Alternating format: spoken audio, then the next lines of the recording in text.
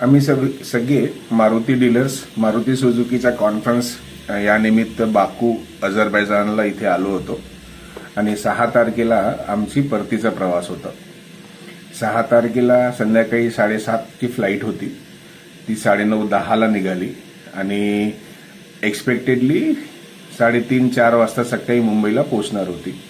पण इतक्यातच दरम्यान 3 वाजता रात्री कॅप्टनची अनाउन्समेंट झाली की पाकिस्तान एअर स्पेस ब्लॉक्ड आहे.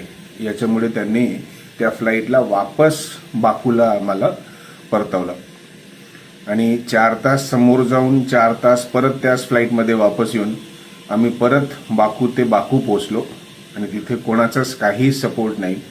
अझरबैजान गव्हर्नमेंट किंवा अझरबैजान एअरलाइन्सचं त्यांनी सांगितलं की हे तुमच्या गव्हर्नमेंटचा प्रॉब्लेम आहे, तुम्ही तुमच्या लेवलवर सॉल्व्ह करा. तर सगळ्यांना आपली शक्तीप्रमाणे हॉटेल्स बुक केले, बाहेर निघालो, नवीन तिकीट्स बुक केले. जुन्या तिकीट्सचा रिफंडचा काय होईल माहीत नाही आणि आज शक्यतो आम्ही सगळे वापस येणार आहे. कोणी दुबई मार्गे, कोणी शारजा, कोणी दोहा, कोणी कतार या मार्गे वेगवेगळ्या ज्यांच्याकडे ज्यांचे व्हिसा अवेलेबल आहे, कारण की ट्रान्झिटसाठी ट्रान्झिट व्हिसाची रिक्वायरमेंट आहे. नवीन तिकीट्स करून आम्ही वापस येणार आहे.